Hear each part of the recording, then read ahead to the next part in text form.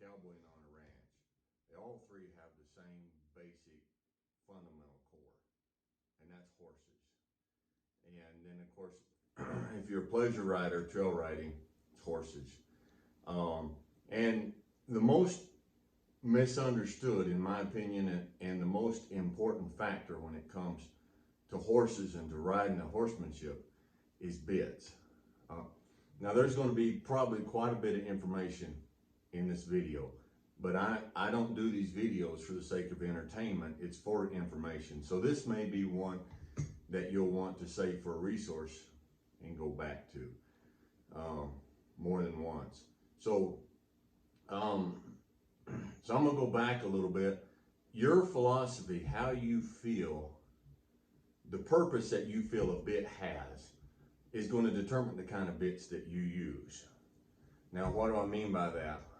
I think many people, they have maybe the unformed or unconsciously stated opinion that the bit in the horse's mouth is to make the horse do something, is to mechanically make the horse do something. And that's why they go, if they want the horse to do something, and they put a bit in the horse's mouth.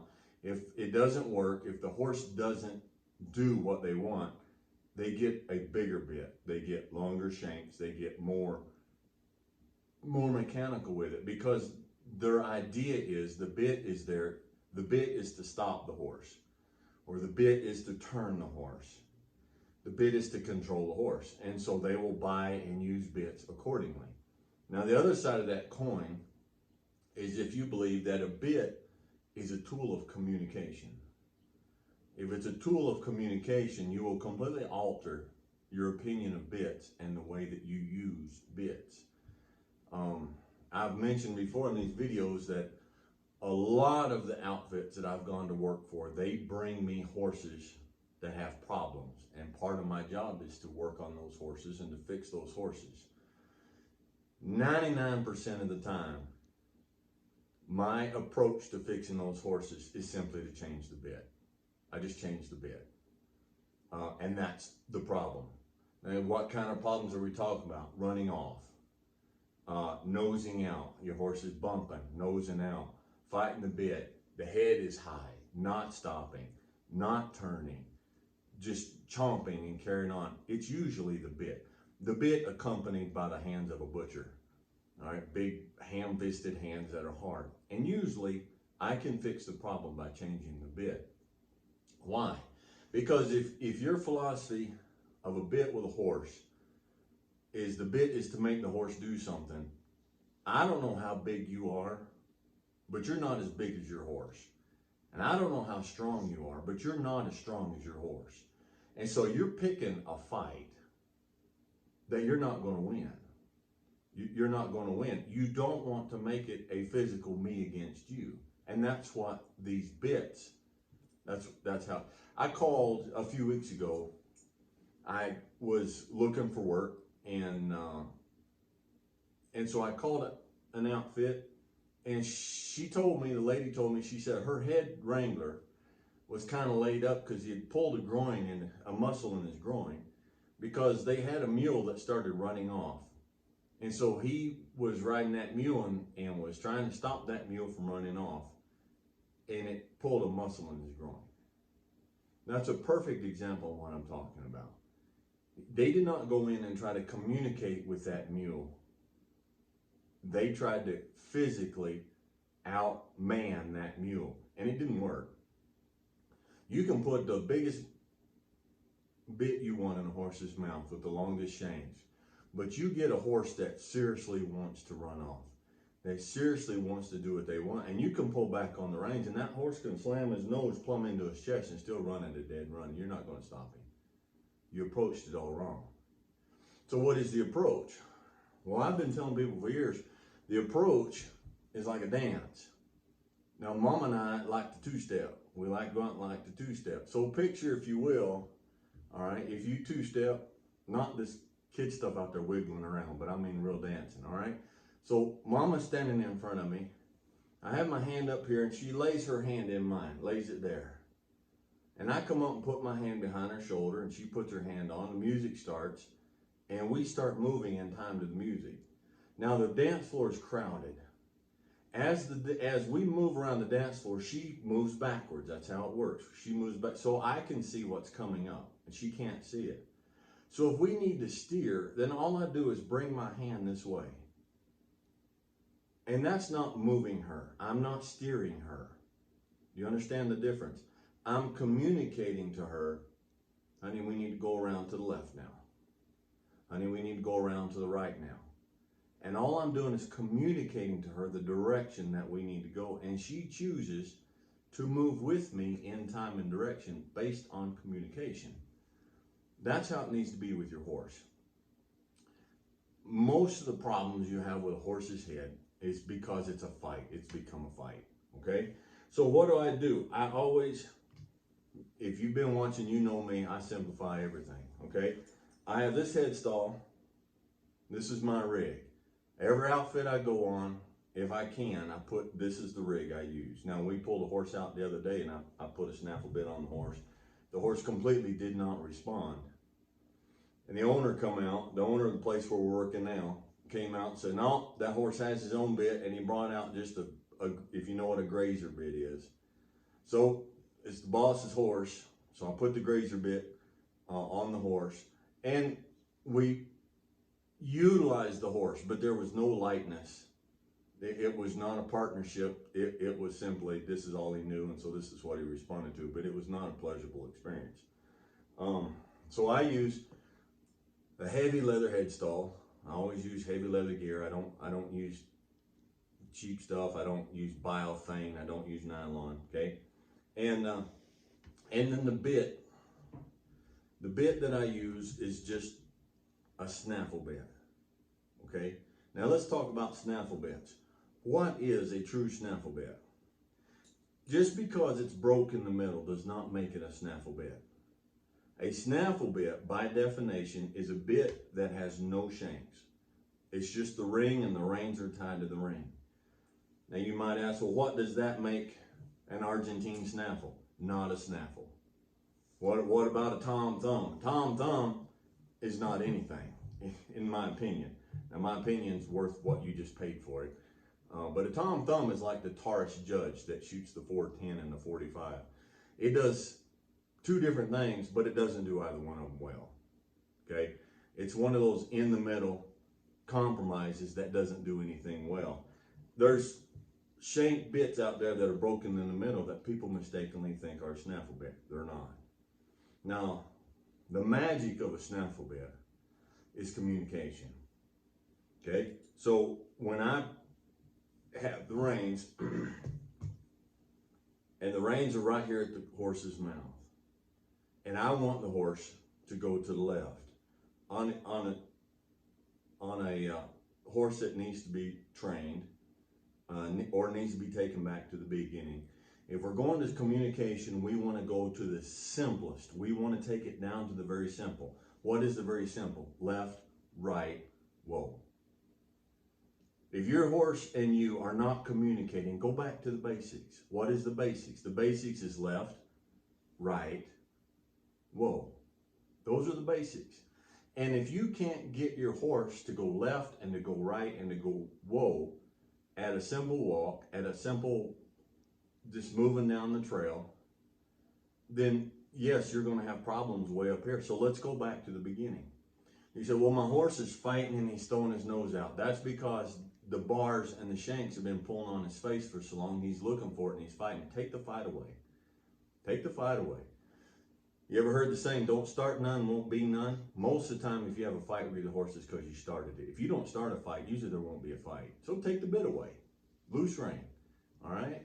And he'll go out and he'll nose out and he'll go looking for that bit because he's expecting it to hurt him, and it won't be there anymore. And he'll quit that. The problem was the bit, communication. So we want to go back to simple. We want to go left. So we're riding with two hands here. We'll have to do another video of this on the horse, okay? And we will. But you want to go left. So you pull, and when the horse releases, you come to the left. You want to go right, you go to the right. You want him to stop, you say whoa, and you circle him to stop. So here's the deal. All right. If you have a shank bit, those bits are down here. Now, if my wife gets stuck on the side of the road with a flat tire and she's trying to change the tire, and so she takes the tire tool and tries to loosen the lug nuts. All right, now my wife's not a very big woman. All right, so she tries to loosen the lug nuts and she can't break it loose. Now, if she gets a piece of pipe about that long, about that big around, and slides it over the end of that lug wrench and adds length and leverage out there, it increases the force that she can put on it, and she can break loose those lug nuts. Well, if you've got a bit with a shank, then it's exact same thing. You're putting a cheater bar on, and you're increasing what you feel. So when you feel pull back, or you pull to the side, and you think you're doing 2 ounces of pressure, well, depending on that shank on that bit, the horse is feeling 6 ounces, or 8 ounces, or 16 ounces, depending on how you got it set up. And so when you think you're being light-handed, you're not. All right, you're really being hard on the horse's mouth. The other thing is when you've got the shanks, and what you got to understand is this in the horse's mouth is a communication. This is a communication, because those bits, unless it's a solid bar, those bits move independently. So that it's independent. This tells the horse something. This tells the horse something. These shanks will swivel. This tells the horse something. This tells the horse something. Okay. So you're sending, because if you don't know exactly what you're doing and why you're doing it, you're sending 20 communications to your horse's head, and he has no idea what you're saying. And you're saying, why will my horse not listen to me? Because your horse doesn't know what you're saying. And the reason your horse doesn't know what you're saying is because you don't know what you're saying. Because you don't know all the communications that you're sending to your horse. And you guys aren't on the same level. So you need to start speaking the same language. The simple language, the basic language. My wife and I spent a winter in Mexico 2 or 3 years ago. And so I had to start with the basics. What's the basics? Where's the bathroom? You know, good morning, good afternoon. Where's the bathroom? Where are the eggs? I had to go back to the basics. I didn't sit down and try to have an in-depth, scientific, socio-political, theological discussion. I just needed to know the basics.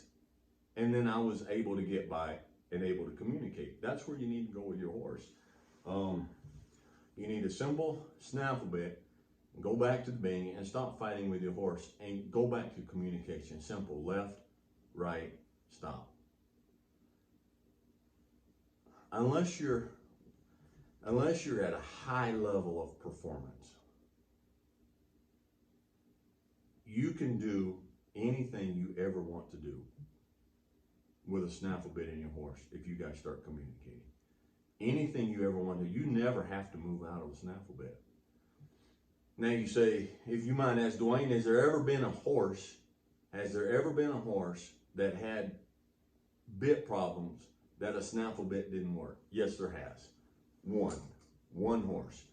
If you go back and look at the previous videos, I showed you a scruffy little white horse named Luna. Will, my son, started her, and so we started like we do we put a snaffle bit in her mouth. Not good. I mean, she hated it. Absolutely hated it. So her nose was up, she fought it. He tried light hands, I mean, he tried everything, and she just shut down and would not listen. And so he came to me and said, I don't know what to do. I said, put her in a Bozal. Just put the band around her nose. The way her mouth was formed and whatnot, she could not listen and could not communicate because she was so locked in on the feel of that metal in her mouth. So when I had a problem, I didn't go up. That's what I'm trying to say. I did not escalate my mechanics when I had a problem with a horse.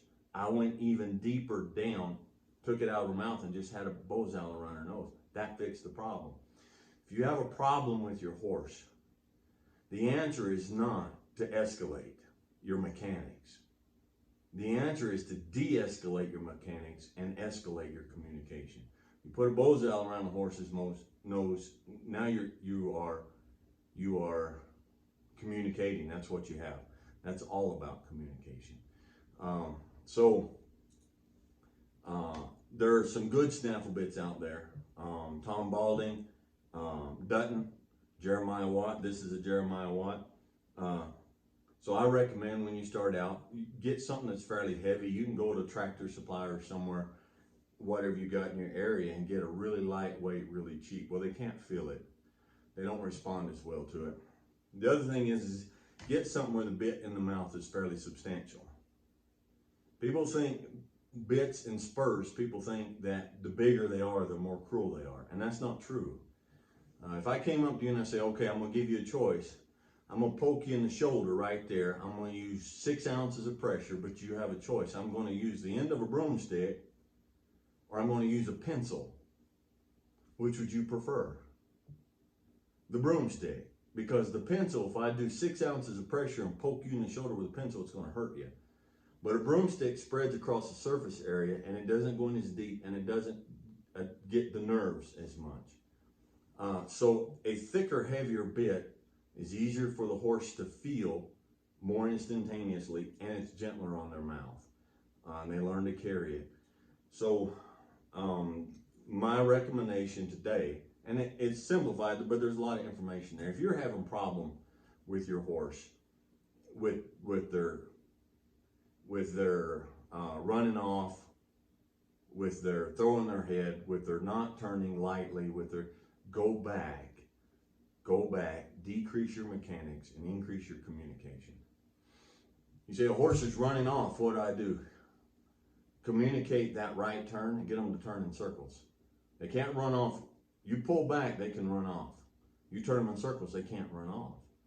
You got a big old bit here, you can't teach them to turn in circles. You can't communicate what they need. You can't stop them and you can't turn them, and you're helpless. The bigger bit makes you helpless.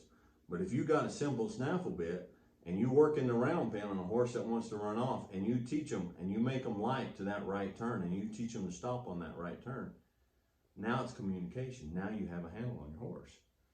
Okay? So that's what I want to encourage you with. I know it's a long video, and I apologize for that. But it's important. It's the number one tool in my toolbox is a snaffle bit. Everything I gotta fix either goes to a snaffle bit, or I go even further down to a Bozell. And so I hope this helps you. If the content helps you, if you like it, I appreciate if you click like. If you haven't subscribed, if you'll subscribe, and that way it'll notify you when I put up more content. Ask a question if you have a question. Leave a comment. You'll notice things are a little different. We're not in the Palouse region anymore. We've got work, and so I'm working on a good sized ranch down here, and that's why there's not as much content lately, because we just finished up with branding season, and we just finished up turning the cattle up in the mountains for summer grazing. I've been super busy, but I hope this helps you, and I will put more content out when I can. And so until then, be safe, be reasonable, and have fun. We'll catch you next time.